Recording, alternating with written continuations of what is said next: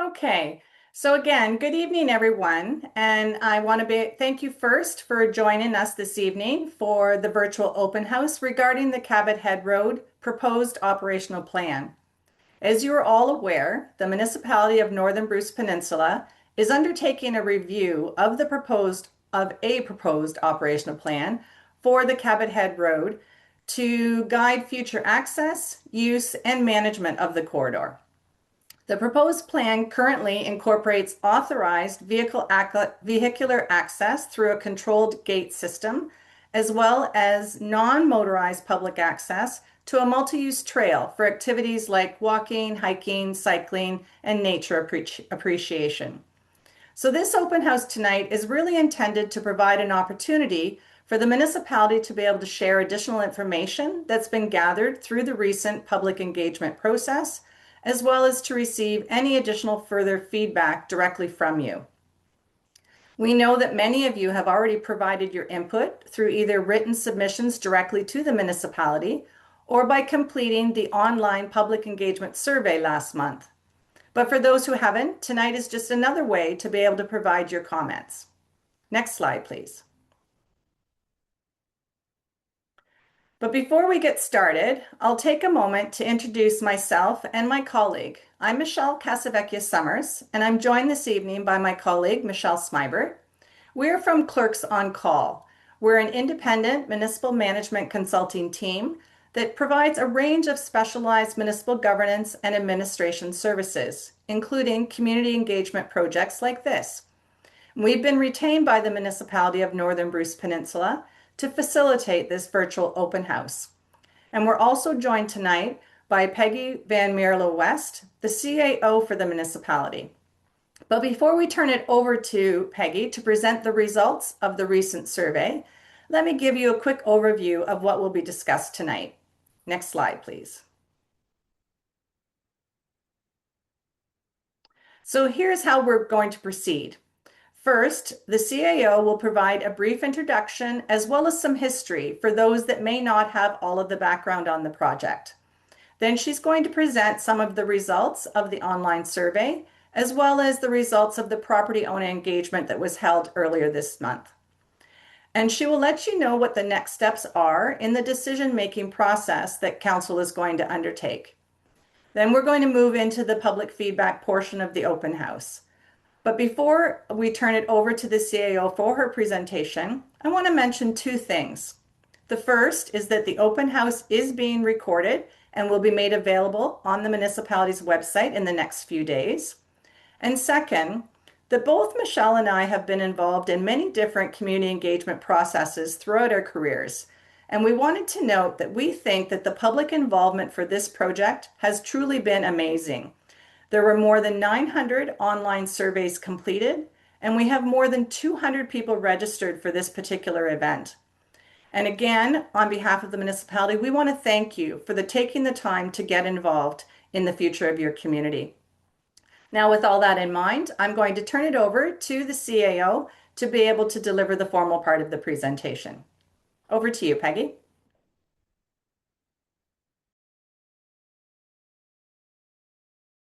Great way to start.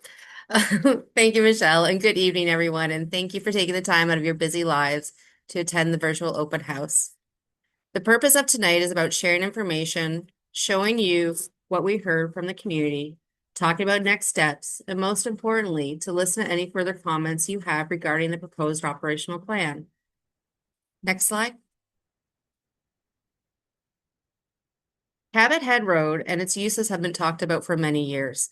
The demands of public access, plus environmental sensitivity, road deterioration, partnered with cultural and heritage preservation, creates a unique challenge to develop something special that can protect all of these concerns while allowing people to experience this special place. Next slide. Cabot Head Road was built in the 1960s with an agreement from Township of Lindsay and the Department of Transport. The intent of the road was to provide easier access to Wakefield Basin. Unfortunately, the legal process to transfer this to a legal road was never complete, and the municipality currently has wheel track rights.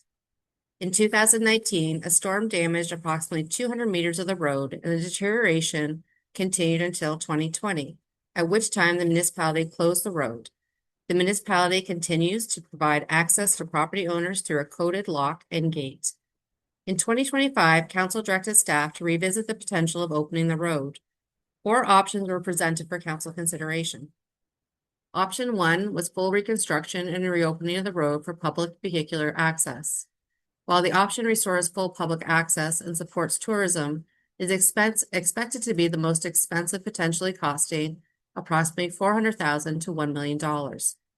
Option 2 was to reopen Cabot Head Road on a managed or controlled basis, such as through seasonal or permit-based access for authorized users and limited vehicle types. This approach would involve partial stabilization of washouts, installation of gates and signage, and access agreements with organizations. It would reduce capital costs and still allow managed access for research and heritage purposes, though it would not provide full public access year-round. Option 3 was the formal closure of the road under Section 34 of the Municipal Act and its conversion to a non-motorized multi-use trail. This would preserve public recreation access and reduce long-term maintenance obligations, but would permanently eliminate vehicle access to the lighthouse and the observatory. It would require extensive coordination with landowners and the federal government for permits and legal closure procedures. Option 4 was to maintain the status quo by keeping the road closed while the municipality continues to clarify ownership, pursue partnerships, and monitor the site. This option deferred costs in the short term, but may lead to further deterioration and ongoing public frustration. Council provided direction of a hybrid model of controlled vehicular access and a multi-use trail. Next slide, please. As you can see by the map, this area and ownership is complicated. The land is owned by different groups, federal agencies, provincial agencies, and private landowners. As there is not a registered right-of-way, collaborating with these owners is very important to the success of any program. We have to take into account the neighboring residents of Dyers Bay also. Next slide. As you can see, the road is narrow and runs through environmentally sensitive areas. This corridor is subject to ongoing deterioration. This is a photo that was taken in 2019 after the storm had hit. Next slide, please. As stated earlier, last year, Council approved the investigation of a combined model. Under the combined model, Cabot Head Road would operate under 2 distinct but complementary access systems. First, managed vehicular access would be available only to a defined group of authorized users. Second, public use would occur through a designated non-motorized multi-use trail created along the former road alignment. The municipality would maintain both the controlled access system and the trail infrastructure, ensuring safe and sustainable use of the corridor. The municipality would maintain the gate system, monitor access logs, and conduct regular inspections. The municipality's responsibilities would include trail grading, trimming, and drainage maintenance, as well as erosion tracking along sensitive shoreline sections. Staff would maintain and update the list of authorized permit holders and conduct annual or seasonal safety inspections. Enforcement of municipal bylaws related to unauthorized access, trespassing, or environmental damage would fall under the municipality's enforcement division, while partners agencies would support operations through formal agreements. Next step.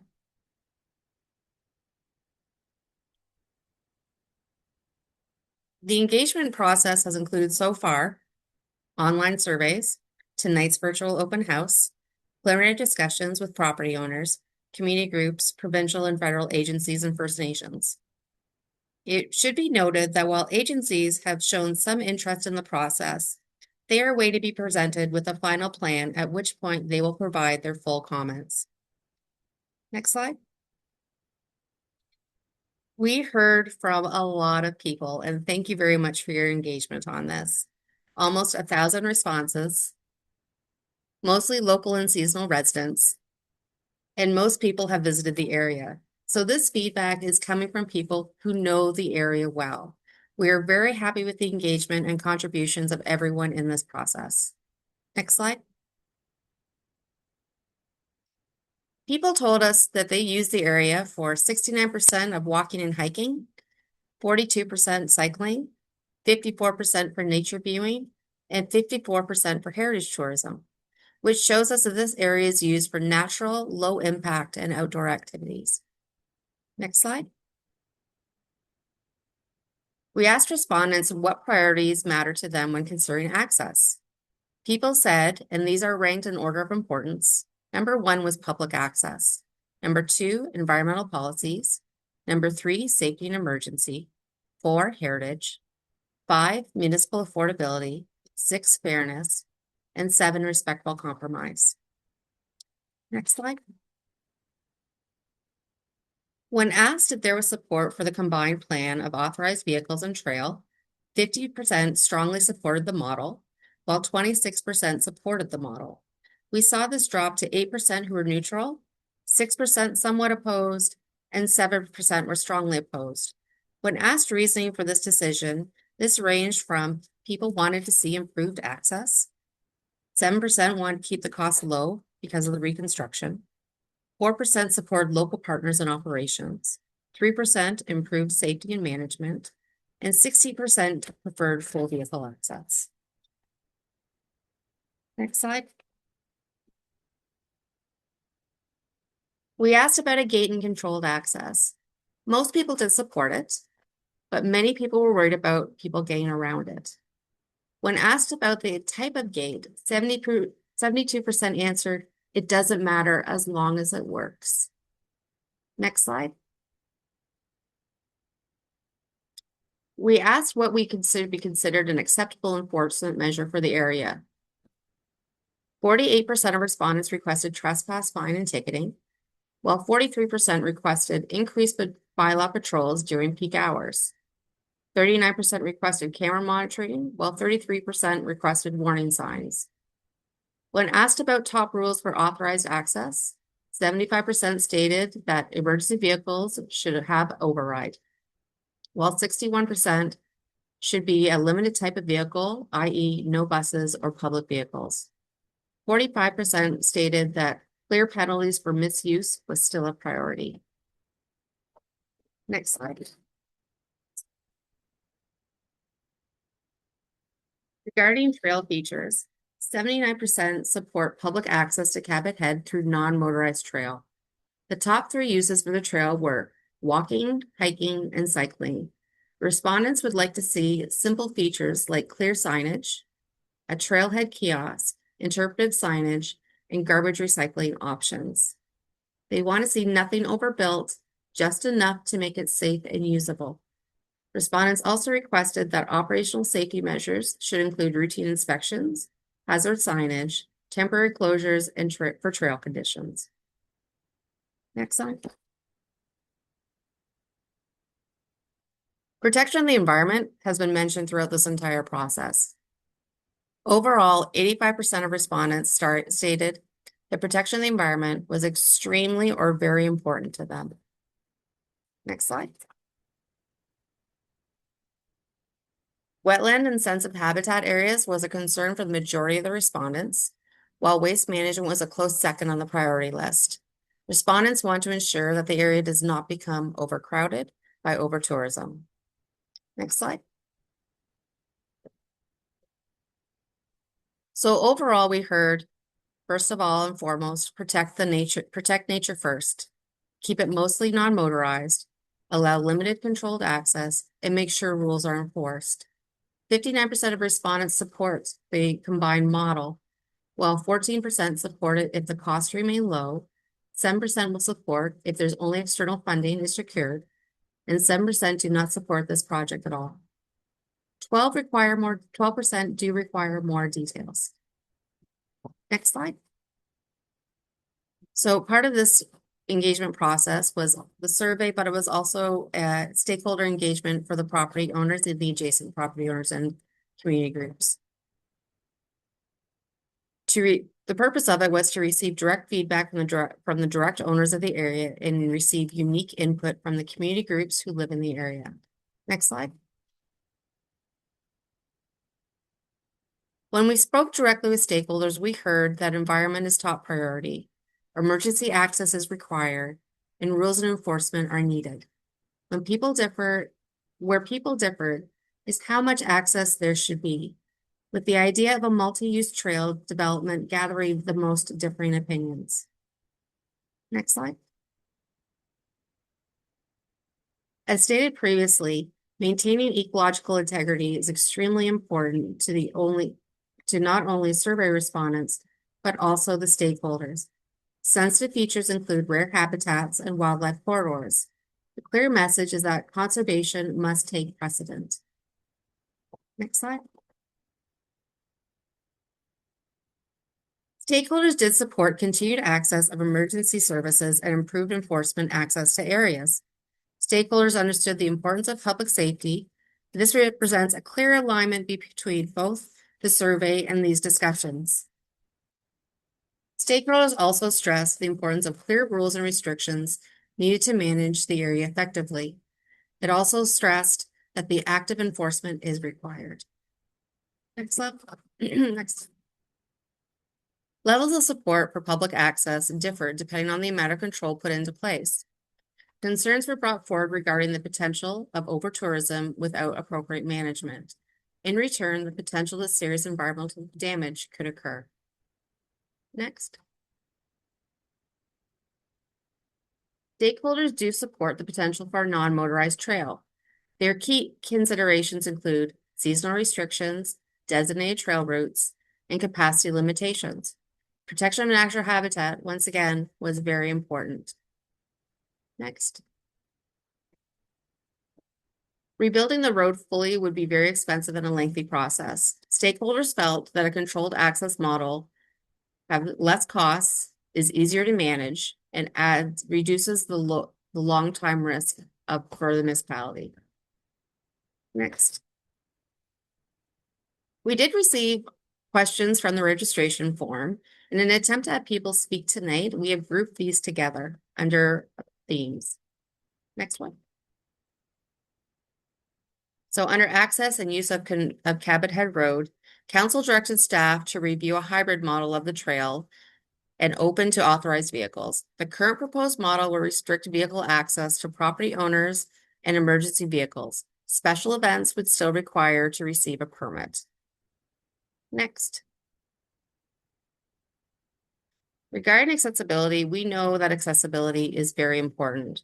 Once we've received a council decision on direction, we will look at items such as assisted access options, drop areas, and rest spots. As per our accessibility practices, this will go to the public for comment, as we want to ensure that this is done right the first time. Next.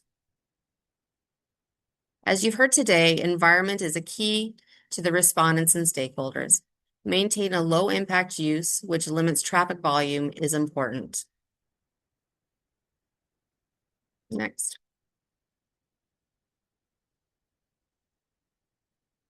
Currently, there are no plans for any large parking areas or new development of parking areas within the area. We want to avoid traffic problems, keep the community safe, and prevent illegal parking. Based on council direction, we will look at traffic calming measures. However, until we receive firm direction, it is very difficult for us to come to a conclusion on what type. Next. Yes, we know people have gotten past the gate before. So moving forward, we are looking at a stronger gate system, monitoring, and improved enforcement. Next.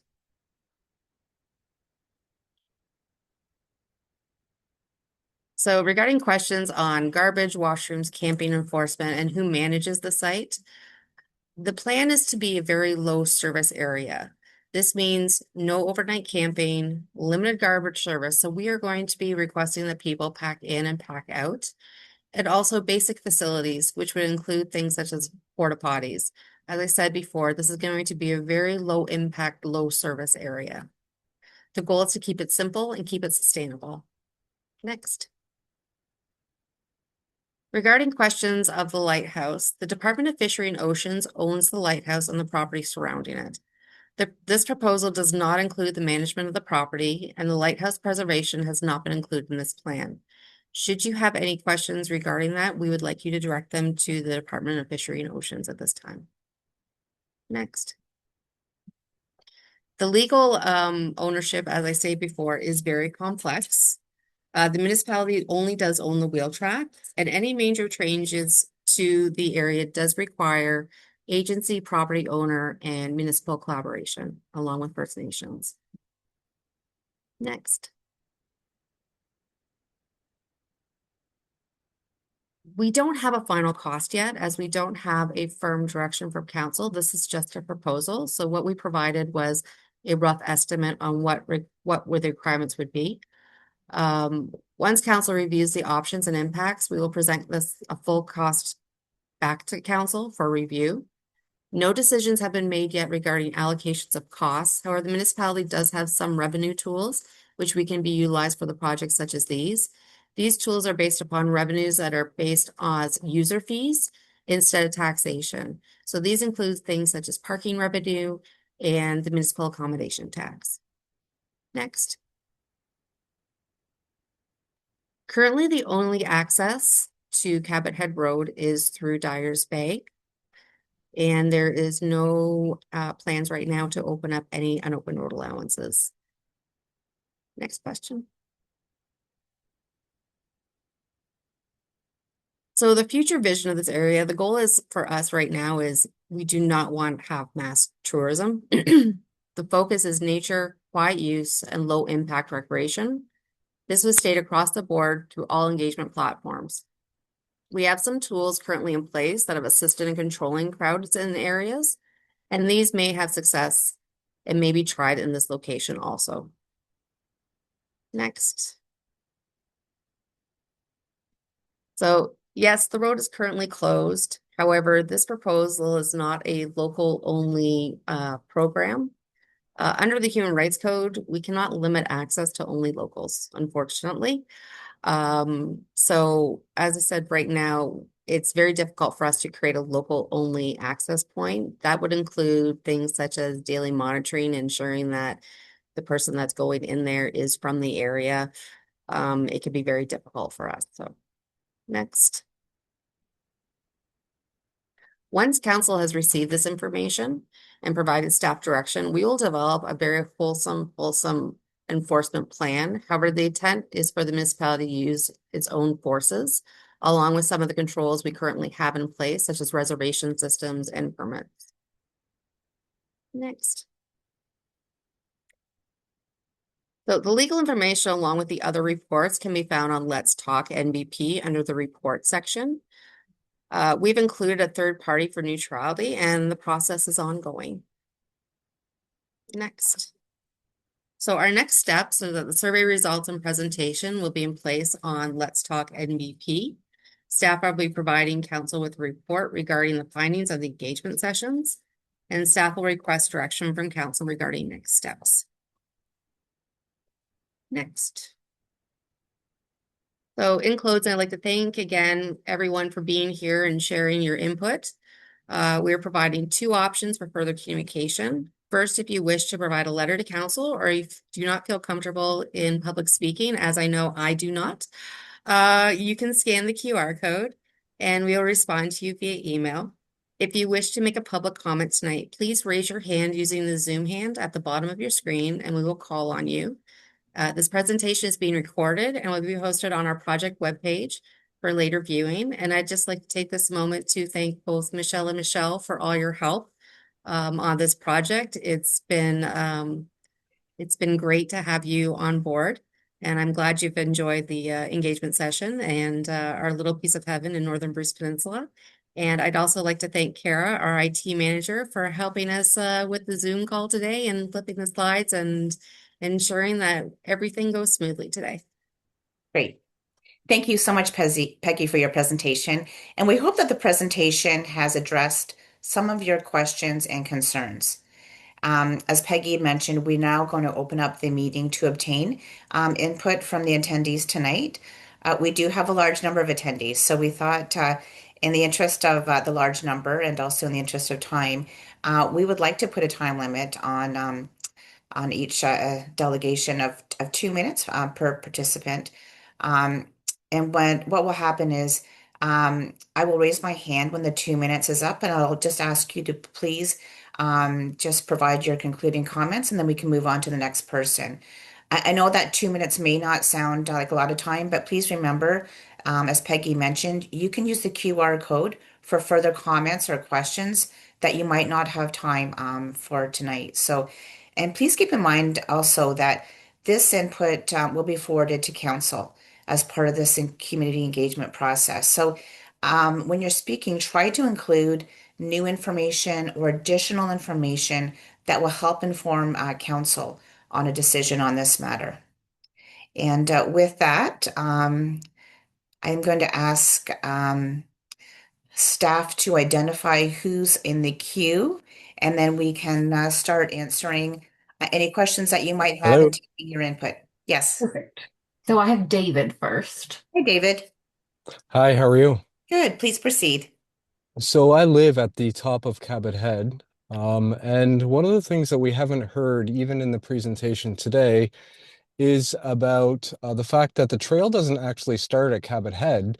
It starts at the beginning of Dyers Bay because there's no parking in Dyers Bay available for those going to use the trail.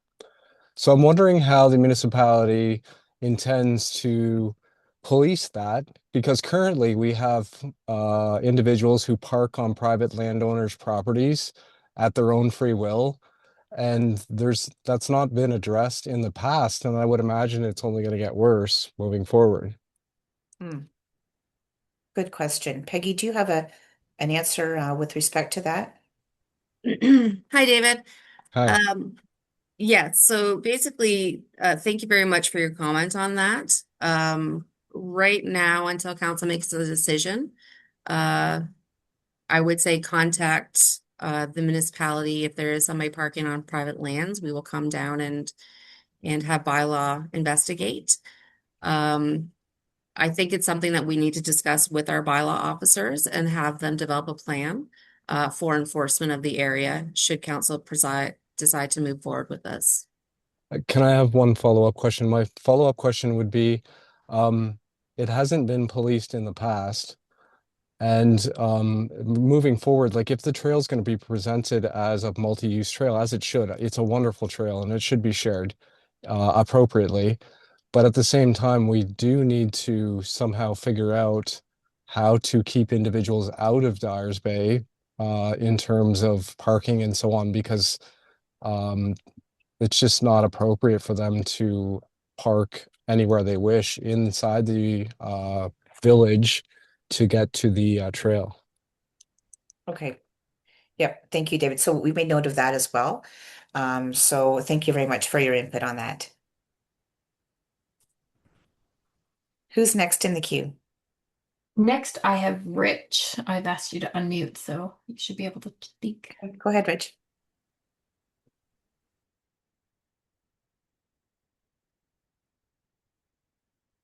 Can you hear us, Hi, Rich? this is Rich. Can you hear me?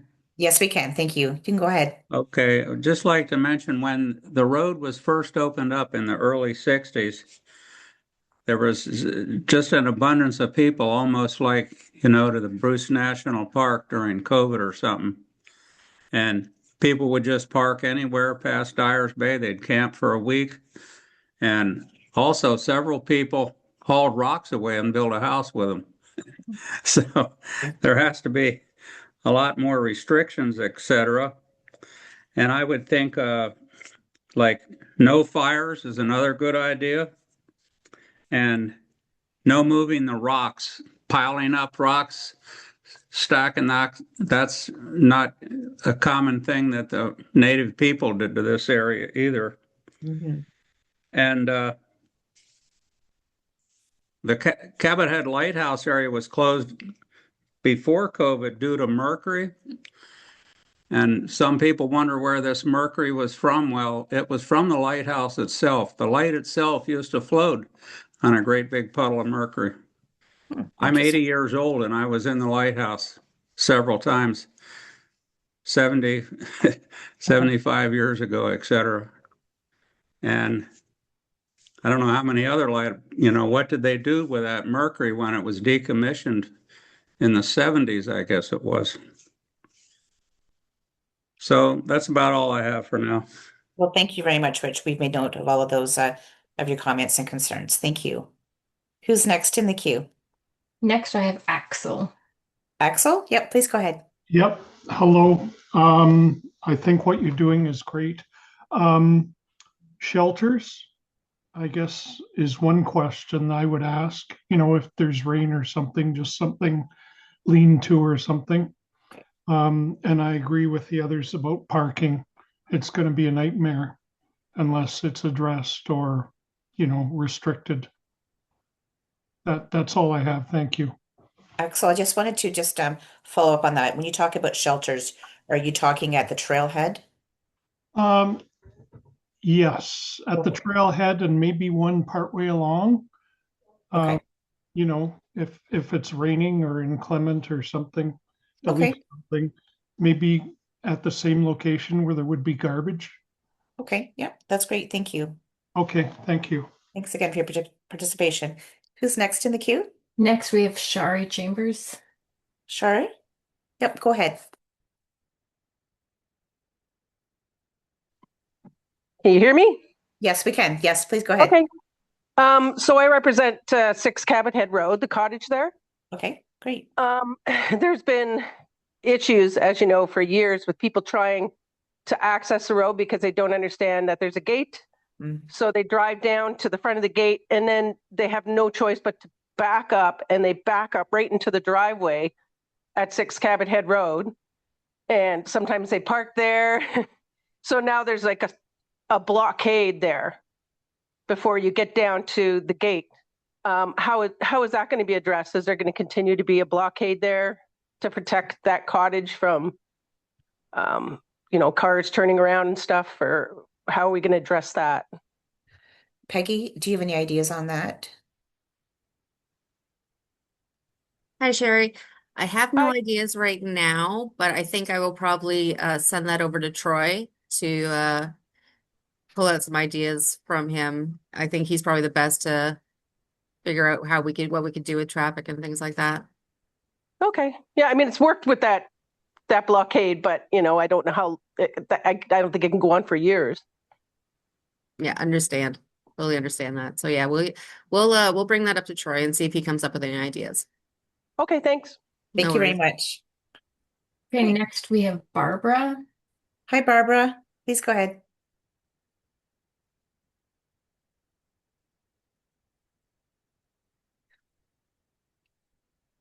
Hi, Barbara. You can go ahead now.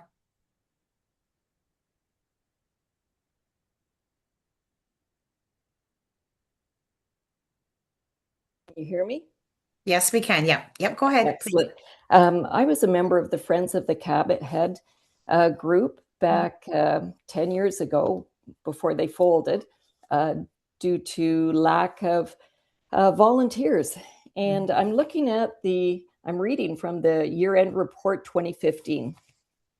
Okay. Where they identified the Friends of the Cabot Head as concerned about the increase in illegal activities such as camping and campfires along the access road to Cabot Head, as in the future it may both compromise the personal safety of staff and the well-being of the environment. That's on page 6. Okay.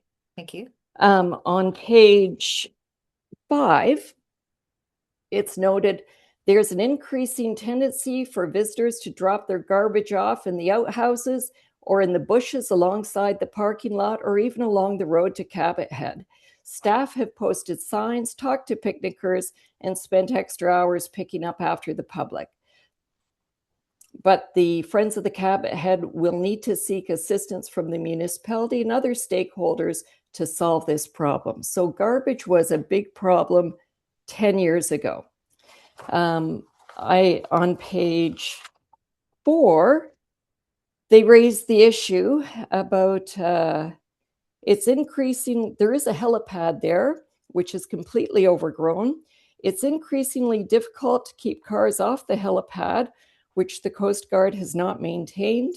Volunteers have been compelled to spend a lot of time directing traffic in the parking lot to prevent visitors from blocking each other in, and keeping access open for the possibility of a visit from the Coast Guard. They also raise issues about the extensive growth, cutting back the scrub more aggressively, dealing with debris, cutting the canopy to higher to give safe access to taller vehicles such as ambulances, and regrading and cutting back the bush along the entire length of the Cabot Head Road. As the municipal parks and forestry manager, that is a huge, huge cost. It was terrible 10 years ago. It was terrible 5 years ago. It is a very, very costly proposal that needs to be done over and above road grading. Thank you. Thank you very much for that in terms of, I think you've raised some operational issues as well as some enforcement. So thank you very much for doing that, Barb.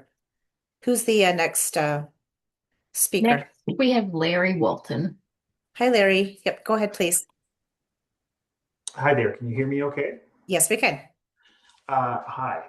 I'm a resident in the Lindsay Township, former Lindsay Township area, and I have hiked that trail previously. Just a couple of metrics. It's about 8 kilometers from the gate to the lighthouse, and it's about 3.5 kilometers to the main parking lot at the south end, or the entrance to Dyer's Bay. So parking is definitely a consideration unless people are going in on bikes. So for those who are going to walk, it's quite a ways to the end. Just thought I'd reiterate that. So parking is absolutely a very vital consideration here, with due respect to the folks who live in the area of the gate entrance. I wanted to know, I really only have one question, and I would like to know if the municipality has engaged with the federal government with regard to the lighthouse.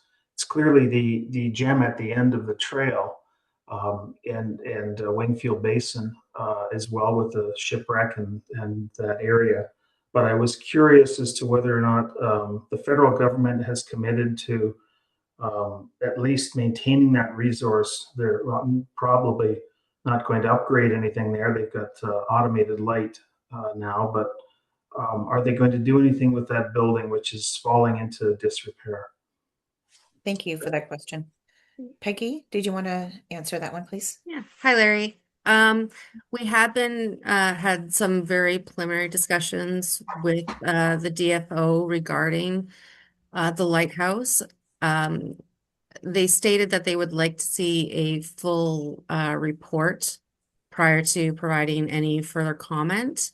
Regarding the lighthouse themselves, we haven't heard any comments regarding ownership or agreements, but we will definitely be asking those questions again.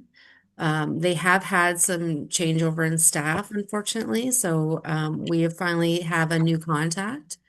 And once we have completed this engagement process, we'll be having those discussions one more time with them. Thanks, So Peggy. hoping more to come. Thanks, Larry. Thank you. Okay, next we have Mary and Leonard. Hi, Mary. Friedman. Hi, Leonard. Please go ahead.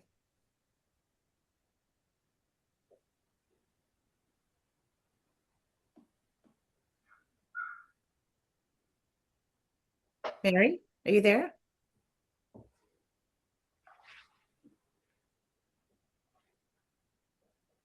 Can you hear me? Yes, we can. Yeah, please go ahead. Perfect. So the concern for my wife and me is exclusively on accessibility issues. It was really disappointing to see how little attention was given to that in the questionnaire. There was a question about dog access, but there wasn't a question that seriously engaged the question of accessibility. Larry's comment about the extra 3 kilometers to get to the site speaks volumes about how little attention has been given to the disabled, which does not exclusively mean the elderly, certainly not in the case of our family, but it does include them. No attention whatsoever. I know if I was to contact, and Peggy did assure me that accessibility was important, the slide that dealt with this in the presentation went by quicker than cars go by our place in the middle of summer. So I missed its content. This is one site that is actually accessible. It's accessible for the municipality for able-bodied people. They're quite happy to make an exception for able-bodied people in the Bird Observatory or Friends of Cabot Head or municipal workers. It does not appear as if accessibility for the disabled, and I know it's an awkward thing, they are an inconvenience for the rest of us, but nevertheless, surely something can be done that would make accessible places like the lighthouse in that area, which were accessible before and which clearly will be accessible to able-bodied people. So selectively. So we want to make an appeal that the needs of the disabled are not just casual for when it suits us for sites that are so obviously accessible in their very content. And it's a judge, I would say, of who we are as people by how we care for those that are most vulnerable in our midst. And that's what was most disappointing, is little indication that that would be taken seriously. Great. Thank you very much, Leonard. And we've captured those comments, so that will be forwarded to council. Thank you very much. Thank you. Okay, who's next? Okay, next we have Craig and Sonia Froelich. Hi, Craig. Hi, Sonia. Please go ahead. Hello. Yeah, Can you hi. Yes, we can hear you. We're living at Gillies Lake, and I have one concern about the flume that leads out of Gillies Lake and runs down to Georgian Bay. It is possible to climb up beside the flume along a very wet, slippery, and dangerous trail, but that's the only way to climb up. And I've noticed in some of the literature previous to this meeting that Gillies Lake is on the list of places to be exploited. At least it's brought up and mentioned. How will you prevent people from clambering up that hill? That's a good question. I don't know, Peggy, is that something that has been identified? Hey, Craig and Sonia, it has not been identified, but I thank you very much for identifying it for us. And we'll have our staff take a look at that. All right, so is the intent that people would be able to access Gillies Lake by climbing up there if they so chose? Honestly, Craig, I can't really picture the site. And it's something that honestly was not on our radar, so I have to take a little bit longer to digest it and see what the concerns would be and the safety risks before I can actually really answer that. Okay, so there would be nothing preventing the trail from being improved and put into use by the public.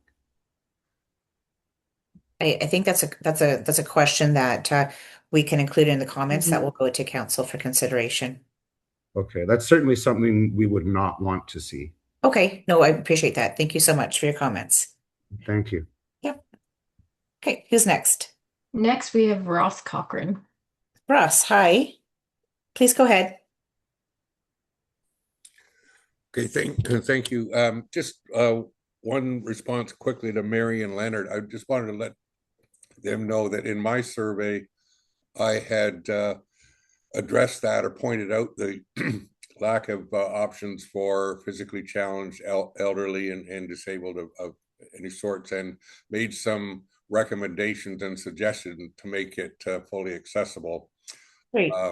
But my main point was on the outset, my understanding was that all the various stakeholders, since the road isn't clearly owned by the municipality, that there's various stakeholders from private landholders to various levels of government or that have a stakeholder or interest in this these potential options moving forward.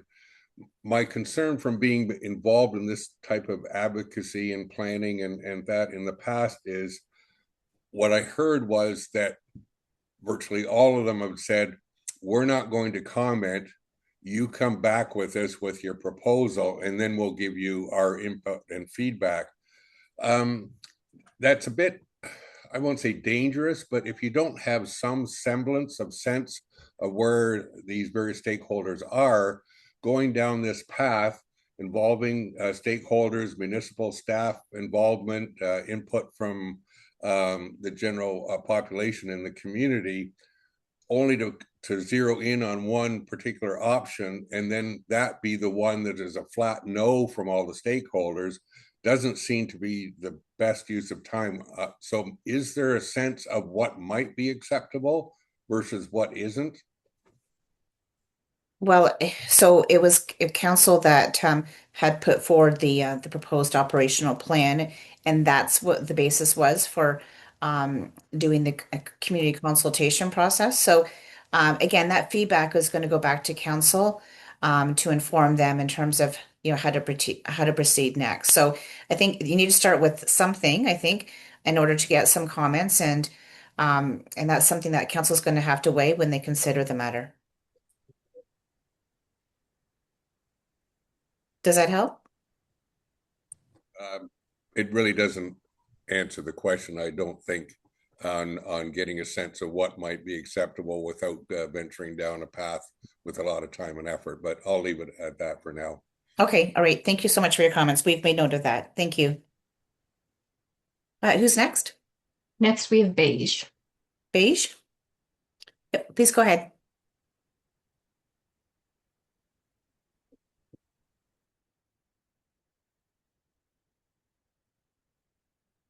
Hello. Can you hear me now? Yes, we can hear you. Yes. Thanks. Yeah, so I'm a full-time resident in Miller Lake, and the Cabot Head Trail is one of my most visited sites for hiking and cycling as well. And I definitely echo a lot of the comments about parking, that will be a major logistical issue, figuring out how to get a parking location in there. My main question is, how will council use the comments and data that they've gathered to move forward with the decision? I'm really hoping that there's some kind of weighted response, or the responses are somehow weighted, because I think, of course, it sounds like you've contacted stakeholders already, but I think the people who are residents of the immediate area should have more weight to their responses than people who are visitors to the area. So I'm wondering if council has a plan for that, or if that's a consideration to have some kind of priority over who of the feedback that's given. Mm-hmm. So I can't speak for council, but council will see where the comments are coming from and who's saying what, and that will help to inform them to make their decision. And is that just based on the survey that's already been put out? Yeah, like the survey and also the individual engagement that we've done with the property owners, and the feedback that you're providing tonight, as well as some other questions and input that you might be providing with respect to scanning the QR code as well. So all of that information will be pulled together for council to consider. Okay, yeah, I guess my question around that is also that there's no real way of enforcing or knowing the people who are filling out the survey are truly residents. You could just say that in the survey. And also the survey had no control over how many times you submitted an answer. So someone who's more tech savvy than me could set up an AI bot and submit 1,000 answers, which anyway, it seems like no one did. But I'm just all that to say is that I wonder if there's a way to have a formal vote, because it doesn't seem like there was a whole lot of control over how the data was gathered and the integrity of it. Okay, no, we appreciate that. So we will make note of that. Obviously, again, we can't speak for council, but we will definitely forward those comments on. Great, thanks. Who's next? Next, we have Julie Bennett. Okay. Hi, Julie. Hello. How is everybody tonight? Good. How are you? Fabulous, thank you. Good. I'm the president of the Peninsula Bruce Trail Club. I was wondering if there's any thought of partnering with the Bruce Trail Conservancy. And we're interested in the use of the trail as a side trail for the Bruce Trail. We're more than willing to collaborate with council and offer our expertise. Well, we will certainly pass that information on. Peggy, do you know if there's been some discussion with respect to that? Currently, right now, there has not. That was going to be the next step once council receives the community engagement and potentially looking at larger stakeholders and partnerships. Okay, thanks, Peggy. Yeah. Anything else? Not for me. Okay, thank you so much for your input. Who's next? Next, we have Mike Campbell. Hi, Mike. How are you?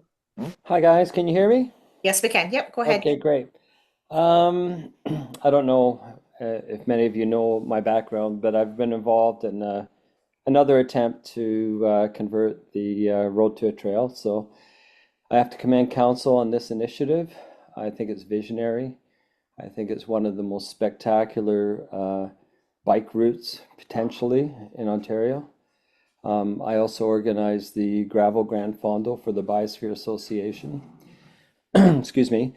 And the lighthouse and the road is a key component of that. In terms of the lighthouse has a symbiotic relationship to the road. Without the road or trail being approved or improved, the lighthouse is doomed. The lighthouse has been broken into 5 times in the last 3 years, and significant damage has happened. And there's no way to save the lighthouse and access to Wingfield Basin unless we have a trail. Great. I also, part of our original process, the Biosphere Bird Observatory and Friends of Cabot had, we had 60 meetings on this, and about 15 were with the Dyers Bay community. The Dyers Bay community held a referendum at that time, and they voted 75% in favor of a trail. In terms of parking, this is a management issue. There should be no parking in Dyers Bay. The head of trail should be at the top of the Dyers Bay Hill, and people should be clearly identified that they can't park in the community whatsoever. But the point I'm making is the municipality's taking over or this initiative, and the maintenance of the trail would be municipal. I think it would be a good idea for the municipality to also consider the maintenance of the lighthouse as part of that package. It makes sense that they be grouped together and managed together. There could still be a friends group who do things on site, but the two are interlocked, and we need to think about both of them at the same time, because one can't really exist without the other. If the trail doesn't have a destination, there's no point in the trail. And if there's no way to get to the lighthouse, there's no point in maintaining the lighthouse. And I'll leave it at that. Great. Thank you so much, Mike, for all that information and input. Who's next? Next, we have Jim. Hi, Jim. Please go ahead, Jim. Hello, Jim. I'm Hi, Jim. resident of Dyers Bay. Yes. Nobody is more impacted by the possibility of public access being opened again than the 150 residents of Dyers Bay. During its peak, Friends of Cabot Head recorded 15,000 cars, and that's just cars, not people, through Dyers Bay. And so we are concerned that once again, we would be dealing with safety issues in our community. As you may or may not know, the road through Dyers Bay is very twisty, very narrow, was really never built as a good, safe road. So we don't want to go back to those days. Okay. I think that's pretty clear. Yes. I have a question. I'm puzzled by why we would be proposing to spend hundreds of thousands of dollars when walking, hiking, cycling is going on right now. Lots of people walk out there from our community, certainly, and other people on bicycles who park up at the parking lot and go through the village and go up Cabot Head Road. Why do we need to improve the road? Because the people who access the Bird Observatory, Parks Ontario to access their land, they're all fine with using the road as it is. So why are we spending this money? Peggy, is that something that that you can address? Yeah. Hi, Jim. Um, those costs are just estimates. And in case we did need to do any form of improvement on the road, for instance, if there was a washout after this winter, we would, need to go in and do some repairs. We're not currently right now, there is no budget for road repairs, and we still think, as I said, Troy's got to get out there and take a look at the road and see if there is any need for it. If I'm just going from the number that was in the proposal. Yeah, I do need to provide council with some form of estimates when it comes to these types of projects. And if we are looking at doing a trail access and a road access, there might be some updating of the road itself. So right now, until Troy can get out there and take a look at the road itself to ensure it is even to ensure that we can get an emergency vehicle back there. So it's just one of those things. Okay. Thanks, Peggy. Thanks, Jim. Okay. Who's our next speaker? Next, we have Steve and Adele Hood. Hi, Steve. Hi, Adele. Please go ahead.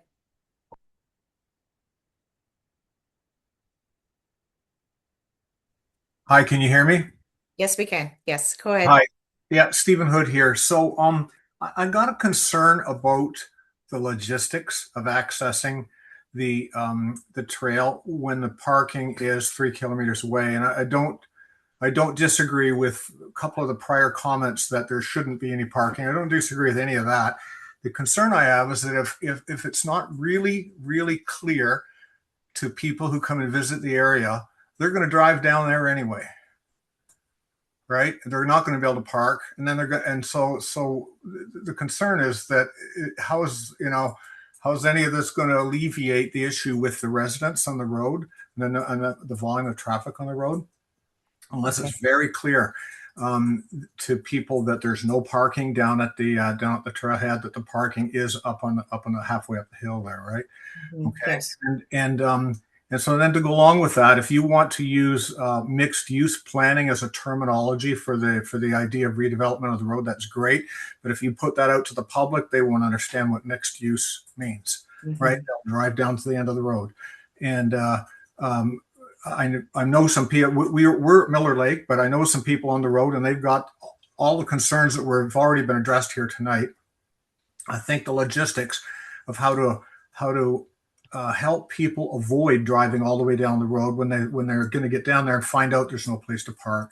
Right. That needs to be addressed. Okay. Thank you very much. Yep. Thank you very much. Who's next? Next, we have Kathy Robbins. Hi, Kathy. Please go ahead.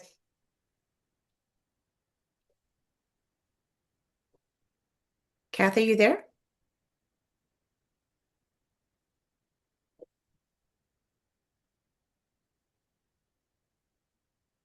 I've asked her to unmute, but we could maybe, we'll see if she responds. The next one after that is Jan Pugsley.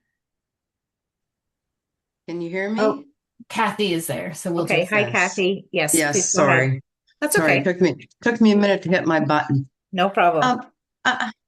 Yeah, I have one question related to the information that was provided online in support of the operational plan was a letter from the municipal solicitors. In that letter, under option 3, when they're talking about converting the road to a trail, your lawyer says that this option would require passing a bylaw under Section 35 of the Municipal Act to limit any use of Cabot Head Road to pedestrians or non-motor vehicles. So I guess my question is, the operational plan under consideration here is allowing motor vehicles on the road in addition to the trail use, which seems to me to be kind of contrary to the advice that your solicitor has given. And basically he's saying, if you're going to open it as a trail, you have to pass a bylaw to restrict the use of that road to vehicles. Basically, you can't have both at the same time. So I guess I'm just kind of wondering how that basically it's what's proposed here seems contrary to the advice of the solicitor, I guess is what I'm saying. Okay, thank you. Peggy, do you want to address that?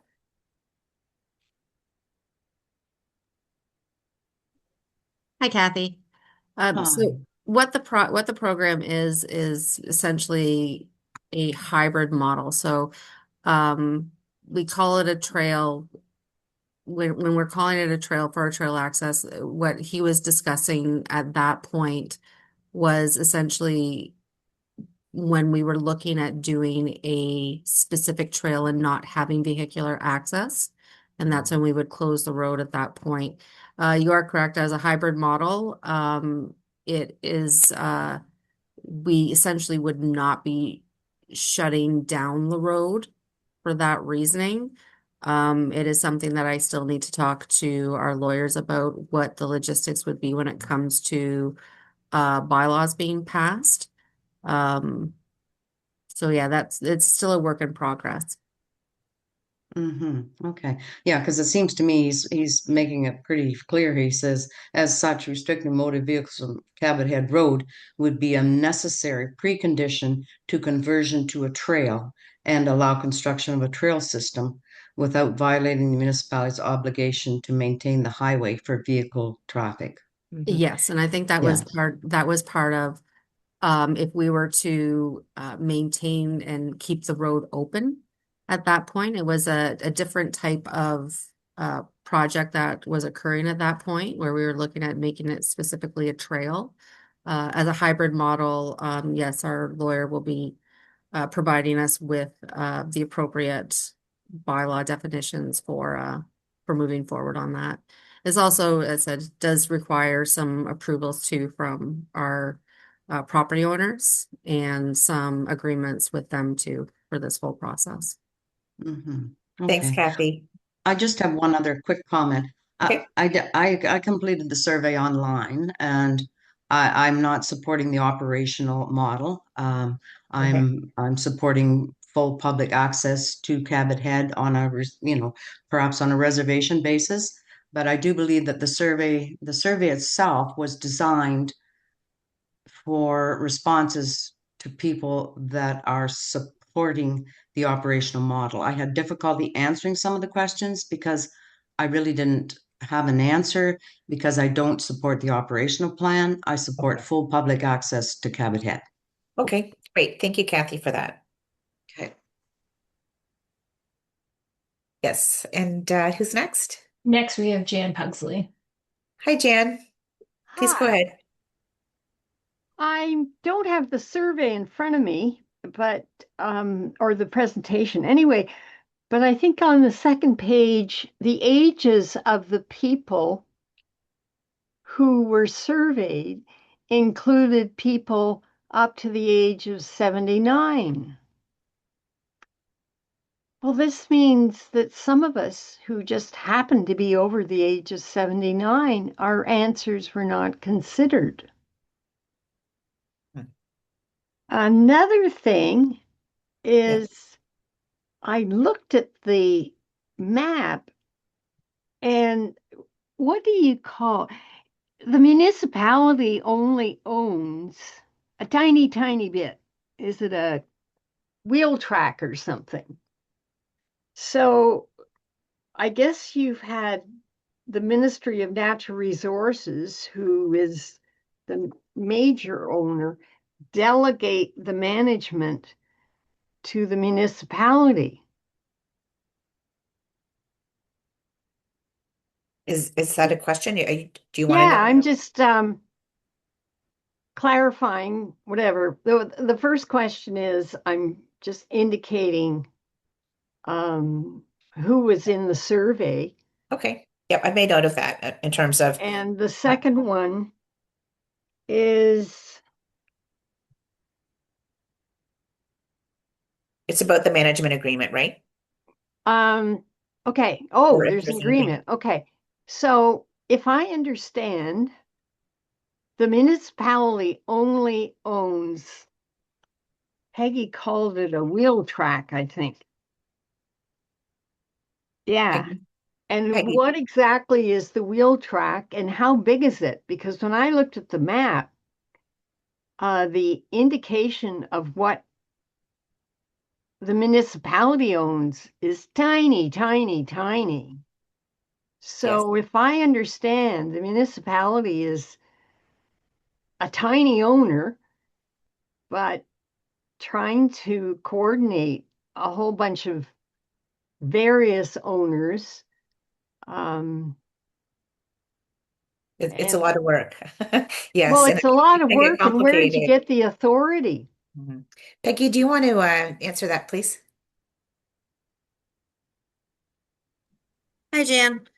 Hi. So yes, the municipality does own a very small chunk at the intersection of Cabot Head Road, and that is how we were able to actually close the road because of the access point. Right. Essentially, a wheel track road is it's a visible path or a strip. So you know when you have a road, like a gravel road, and you see the tracks of the vehicles that are going through. Yeah. That is essentially what the wheel track is. So it's that small portion of the road that the municipality owns, those two narrow strips. And basically, back in the day, that is how roads were created. You know, if there's a wheel track, surveyors came out, they said, okay, this is now a road. It's historical access, which is, you know, for us from the 1960s. Right. And then we've used things for road ownership or assumed highways. Part of the discussions around this are prescriptive rights.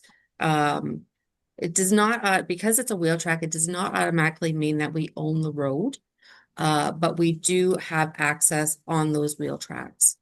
So basically, yeah, so it's that travel portion of the road. It's the legal road width. It's maybe unclear because it is a wheel track. Essentially, where vehicles are worn a path along the roadway. So that's really what I can say about the wheel track itself. Thanks, Peggy. Thank you. Thanks, Jan. Thanks for your Much comments. appreciated. No problem. Cheers. Who's our next speaker? Next we have Sarah Matthews. Hi, Sarah. Go ahead, Sarah. Can you hear me? Yes, we can, Sarah. How are you? Good. How are you? Good, thanks. Yeah, I'm a member of the Dyers Bay community and on the board of the Dyers Bay Neighbor Association too. So I just wanted to ask a couple questions about the logistics. I was really happy to hear that there's people at this meeting who are interested in like collaborating on how the proposed trail would be managed, because as many people know, in Northern Bruce Peninsula, when you have like public access to a feature where you live, the residents end up doing a lot of the work of managing the situation, like picking up garbage, all this kind of thing. So with the increased number of perhaps people in that area, one of the things you've talked about is garbage, right? And knowing that we're right beside the park, there is a larger population of bears in that area. And so garbage management at both the lighthouse end and at the beginning of the trail would have to be like accessible somehow so that it could be continually monitored. Because like, you know, other than like even with once a week pickup in Dyers Bay, we have to work hard at getting people to do that so that there isn't garbage all around. Like it's a big issue. And you know, anyone who's been out there, like most of us are out there on a weekly basis along the road, and it's washed out in different places right now. And the winter that we've had, along with the runoff, is just making things worse. So I think the sooner you can get someone out there to actually have a real look at what the road looks like, because, you know, there's some big logistics issues, apart from the fact that the lighthouse is currently infested with bats and just all of these kinds of things, right? Like there's this sort of hope for the trail, and then there's the reality of what the road looks like and all of that stuff. Right. Appreciate that. Thank you so much for that input. Thanks, Sarah. Who's our next speaker? Next, we have Jenna McGuire. Jenna? Hi, everyone. Hi, Thanks, please go ahead. thanks for the presentation and consultant work and all the great comments so far. Thank you. I just wanted to add a comment, I guess. I would encourage, like from this point forward, when we look at this particular issue, using something that's called a visitor use management framework. So a lot of places that have really intense visitation use this framework to help navigate the situation. And one of the things that's great about it, it has 3 key components that help navigate sticky issues.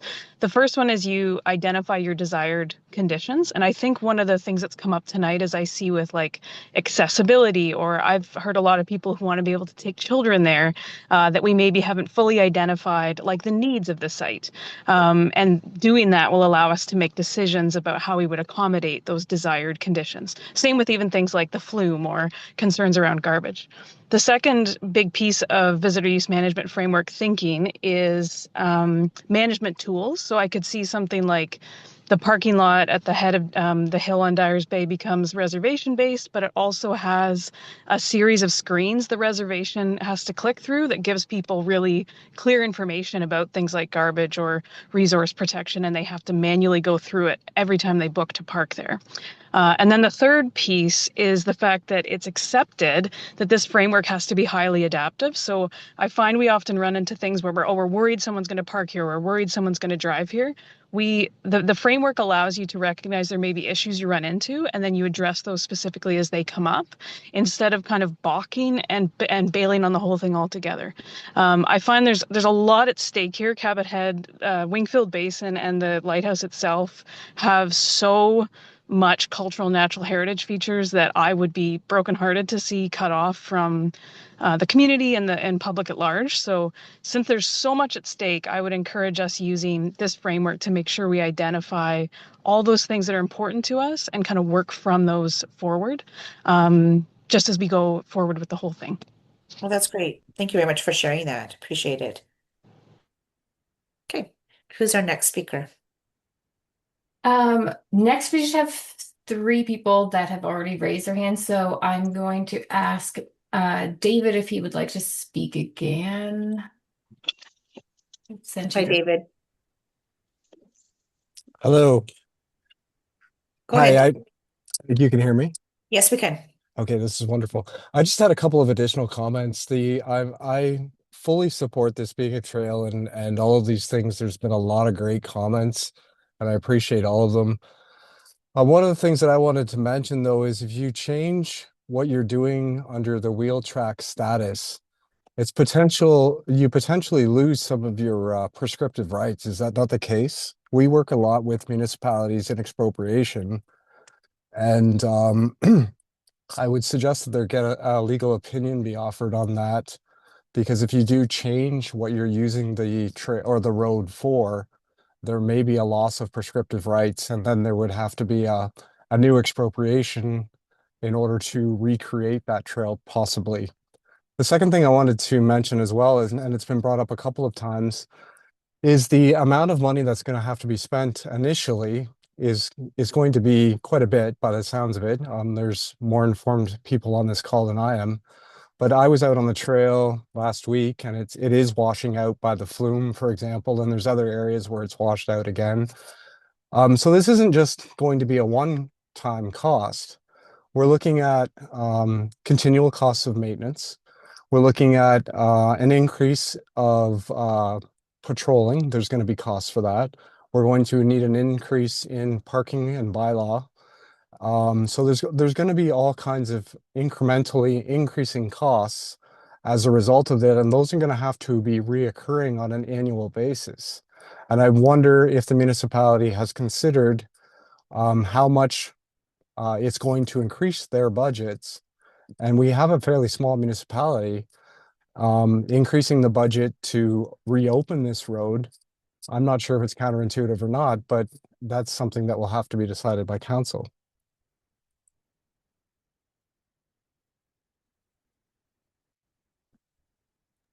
Oh, Michelle, you're muted. Sorry about that.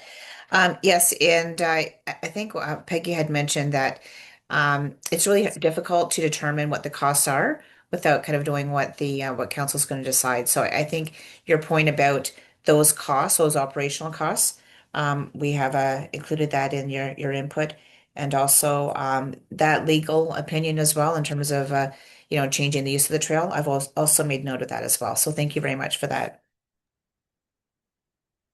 You're welcome. Thank you. Thanks, David. Okay, who's our next speaker? Okay, next, Sherry Chambers has asked to speak again. Yes, hi, Sherry. Go ahead. Hello again.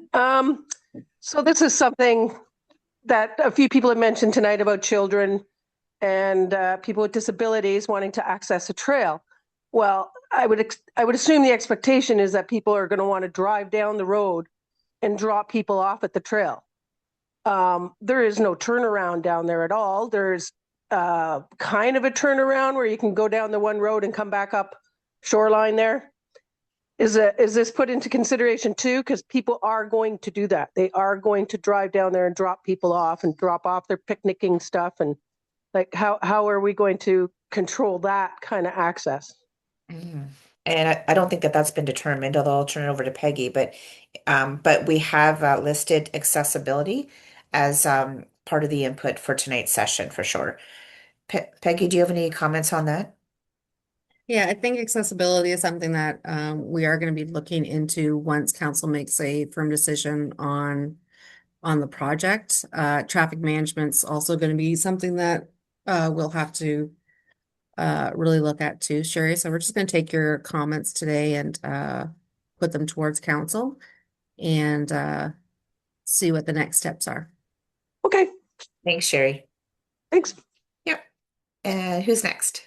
Next we have Barbara Rabicki. Hi, Barbara. Go ahead, Barbara. Hello, thank you. I just want to address the issue of wheel track. Legally, wheel track is the distance between axles of a vehicle. It does not include the entire road allowance. It does not include the area that would have to be rebuilt to restore this road, and it doesn't include access to the area that would need to be trimmed from a forestry perspective. On the issue of ownership, I just want to read what the municipality's solicitor provided to them August 30th, 1965. They said on page 15 that the municipality should not take possession of the land without complying with the requirement of offering a sum of not less than 50% of the amount which you estimate the owner's entitled to. On September 7th, 65, the Reeve and Clerk of Lindsay Township was told by council to execute the plan and register it with the registry office. And the Reeve and Clerk was authorized to make arrangements for compensation pursuant to the Expropriation Procedures Act. That never happened. I'll leave it at that. Thank you. Thanks, Barbara. Okay. Do we have another speaker? We do.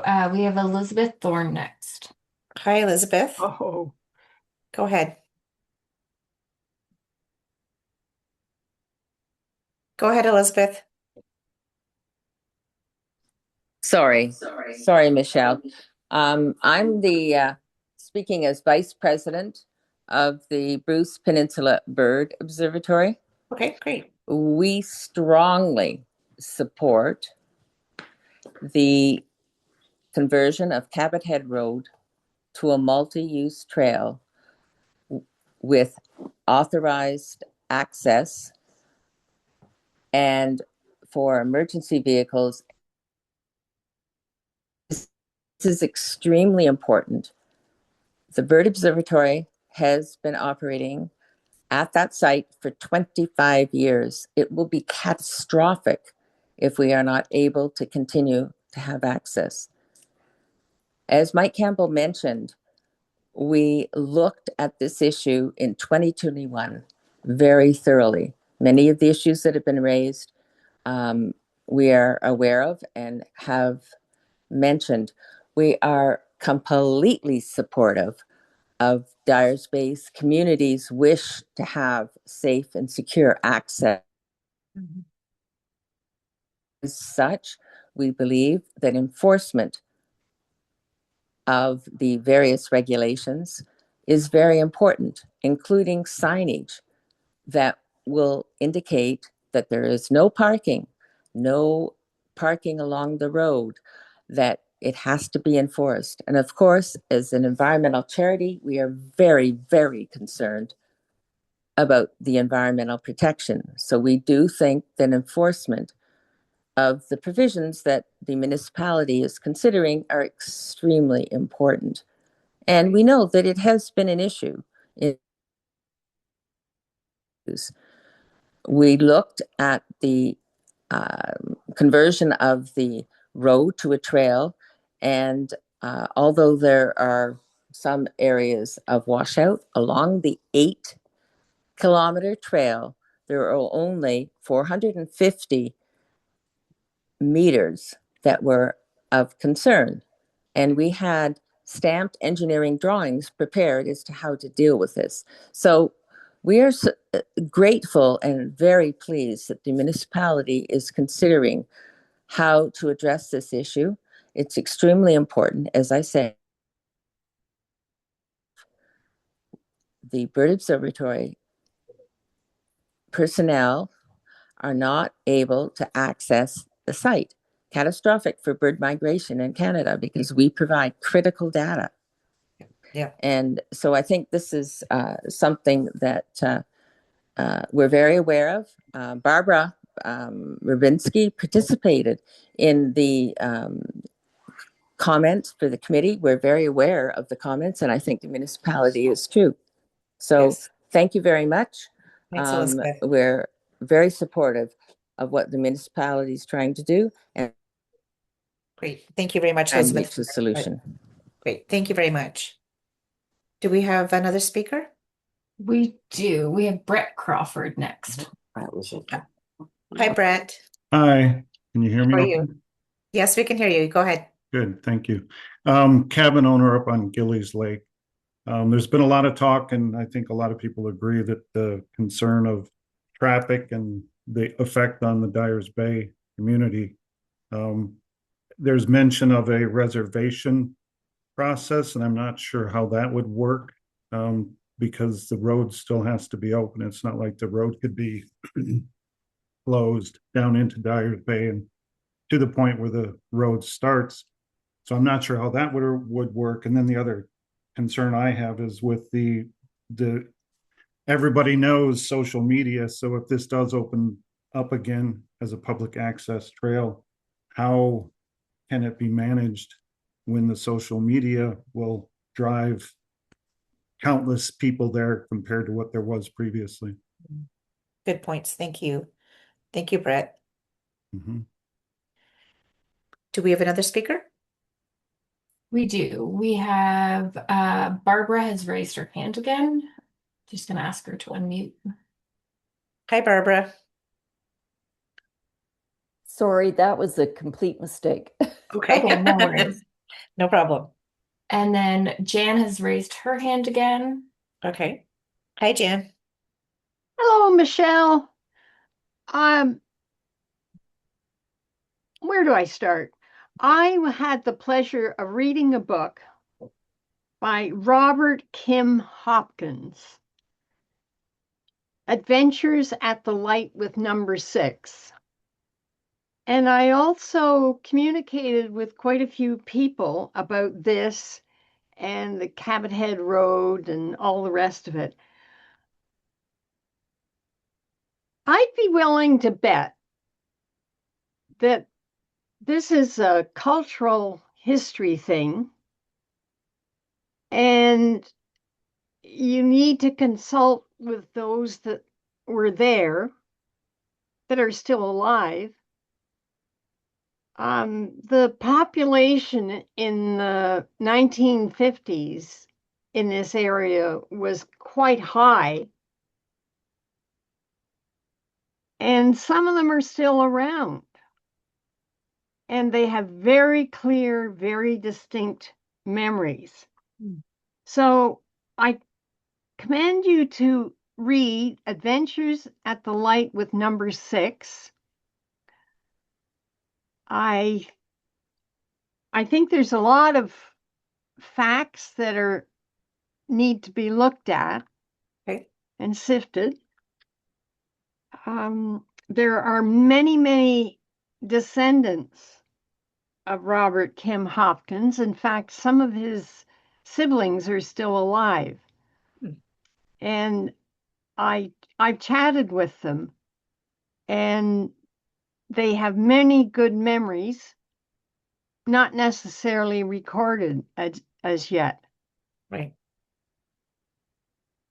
Okay. Thank you. Thank you very much for that information. Okay, Who's next we have John Francis. Hi, John. You can hear me? Yes, we can. Go ahead. I have 4 or 5 quick points. Okay. Point number 1, cars don't share well with bikes. Cars put up dust, cars run over bikes. And I have ridden that stretch of road, I won't say many times, but a number of times. And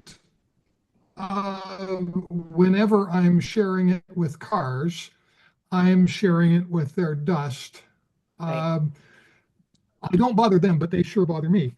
I would, to that point, I would ask if it's not possible for the Bird Observatory's lodge to use the road in only limited time periods,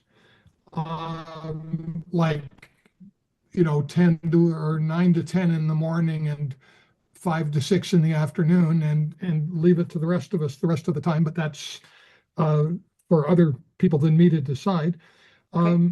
Your issue is mobility devices. If you want everybody to have access there, you need to make a trail like they've got down to the grotto, like they've got down to Little Dunks Bay in the national parks, perfectly accessible to mobility devices, electric. They exist, and everybody can have access 24/7. You just need an electric mobility device that will run from Dyers Bay parking lot. And yes, it takes you an hour and change to get there. That's good. That's not a bug, that's a feature. Item 3, if you're going to share bikes and cars, it needs to be paved with a bike lane and a pedestrian lane. And so, why don't we make it 4 lanes? Next point was, sorry. I think that was the 4. I'll shut up now. Yeah. Okay. No, that's great. Thanks so much, John. Thank you. Yeah. Thanks. Have a good night. Who's next? Okay, next we have Elizabeth Thorne has put her hand back up, and I think that's it. Hi, Elizabeth. Go ahead. Sorry. It's okay. Basically, I just want to reiterate that we do need this access, that we have collected 25 years of data, and without it, without access, we will have to move. And that will be catastrophic for data. Thank you. Thank you very much, Elizabeth, for that. Yes. You had, yes, I think we had communicated with that before, but yeah, we've got that in addition to tonight's meeting. So thank you. Any other persons want to speak? We do have Wendy who has raised her hand. Okay. Um, Wendy, go ahead. Can you hear me? Yes, we can. Yes, go ahead. Oh, okay. I just wanted to say I'm new to the Dyers Bay community. We're just mostly there in the summers, but we have a cottage on Shoreline, which is the road just up from Cabot Head. And someone mentioned that visitors could turn around there at the end of the road. We're actually the last cottage there, and there is no turnaround there. Okay. And I can just see visitors who have maybe campers or boats or things like that. It could become a very big problem for people because they won't be able to turn around and get out of that area. So Right. I just wanted to mention that. Okay, that's great. Thank you so much, Wendy, for that information. Okay. Do we have anyone else in the queue? that is all of the hands that have been raised. If there's Okay. anyone else, now's your time. Exactly. If we don't have anyone else, I really want to thank everyone for all of your participation, all of your good comments and questions. This really is going to be valuable information for council to consider.